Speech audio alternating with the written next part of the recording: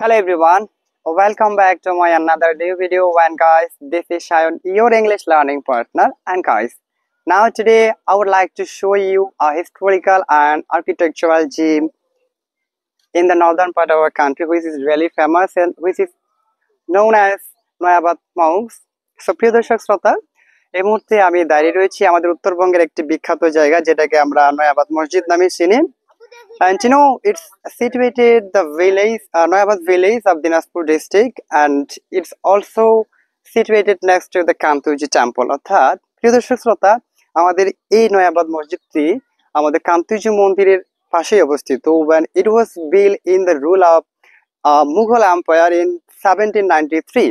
অর্থাৎ প্রিয় দর্শক শ্রোতা, আমাদের এই মসজিদটি মূলত মুঘল সম্রাটের আমল, শাহ আমলের আমলে এটা নির্মিত প্রায় 1793 সালে। And though this mosque is really tiny, but it has the enormous beauty. যদিও আমাদের এই মসজিদটি দেখতে ছোট, বাট এটার সৌন্দর্য সত্যি অনেক বৃহৎ।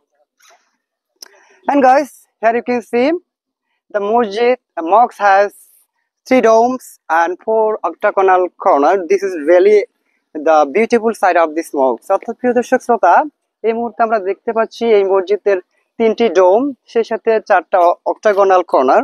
This is really fascinating for the visitor.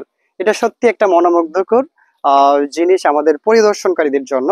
So guys, along with just I would like to show you the environment of this mosque. Here you can see there are different types of people have come here. They are just enjoying their time.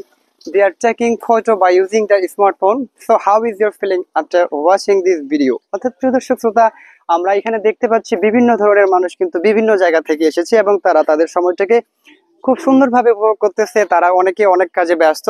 And guys, this mosque was built by some bricks as well as some terracotta plaque.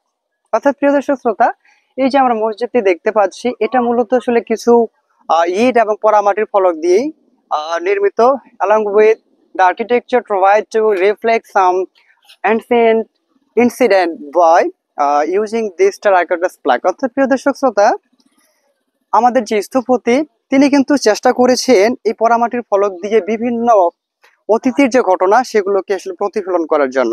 So guys, now today and thank you for watching this video. And if you think this video is really helpful, then don't forget to share this video. One, this is Shayon signing off for today, and I will come back with another new video. Till then, stay safe.